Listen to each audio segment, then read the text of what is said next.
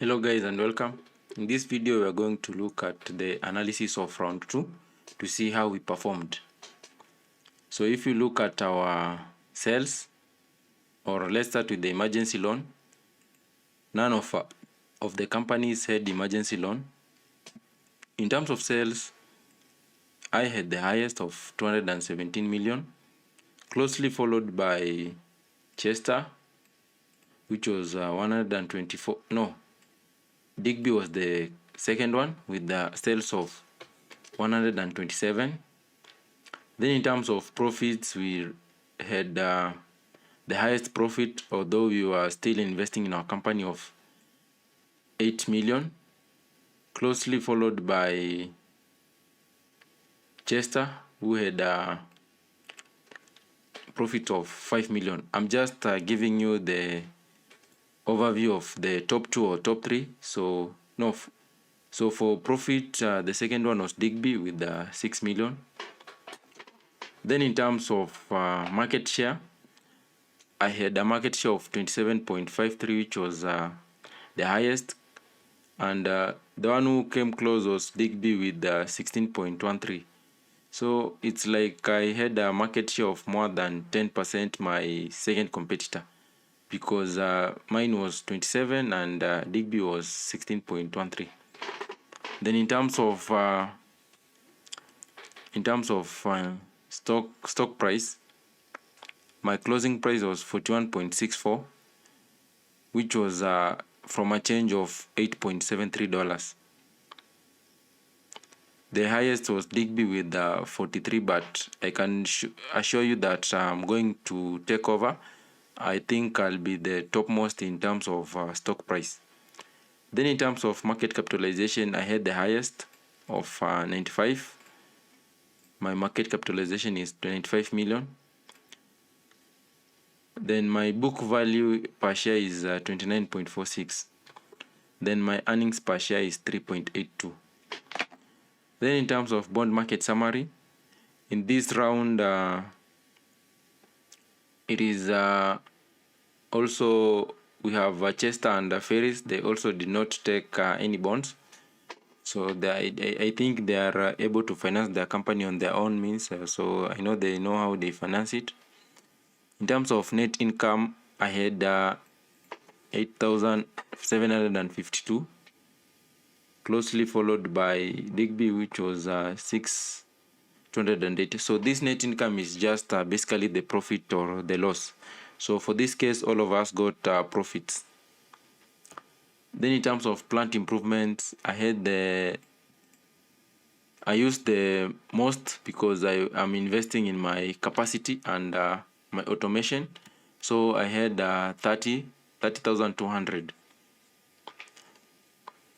Then in terms of production and capacity, we see that your production should always just make sure that your production is more than your capacity. So don't at any given time, don't allow your capacity to be more than the production, because you'll be losing sales and you'll be having this idle capacity. So if you think like maybe you are going to reduce your production, just try and sell off some idle capacity.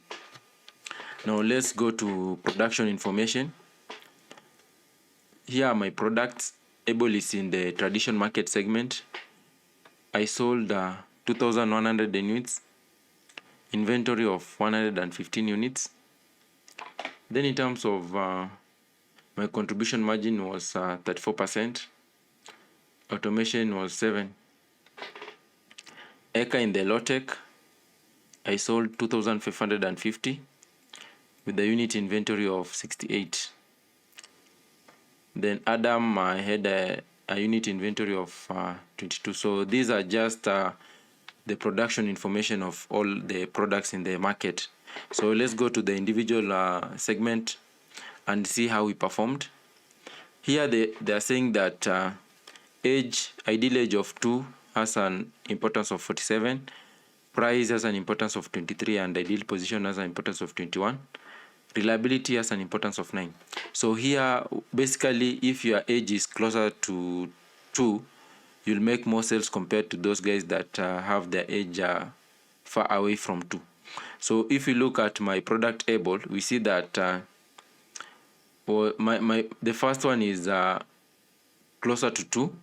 So that's why you are seeing the first, because apart from the positioning, my edge is closer to 2. Then the next one is pricing. So we see that pricing is mine was a bit. We see that my compared to, because I was the top based on age. So the second one was it and days. So let's just compare the two to see what did one do that did not make more sales compared to the other one. So we see that in terms of pricing, here customers want a product of between 19 and 29, and we see that days priced their product more expensively compared to it. So that's why you're seeing that it made more sales compared to this other one is compared to days. Now you can ask your question, why is it that cake has a lower price and while days sold more compared to this other guy? So the thing here might be maybe the ideal position, because here customers want a product of closer to 6.4 and a size of 13.6, and the mean time before failure was between 14 and 19. So you see that here their positioning is almost the same, but their pricing is done, which made one to sell more products than the other one. Now in the low tech, here also our product Eka was the first one with a market share of 23%. We sold 2,548 units. Then our customer survey was 32, which was very good. Then in the high-end market segment here, Adam had a market share of 28%, closely followed by Bid, who had 18%. Sorry. Our December customer survey was 43. Bid had a customer survey of 38. Now in terms of performance, in the performance segment, reliability had an importance of 43%. Ideal positioning had an importance of 29. Price had an importance of 19, while age had an importance of 9. So after our product had a market share of 34%, which was very good. We sold 948 units.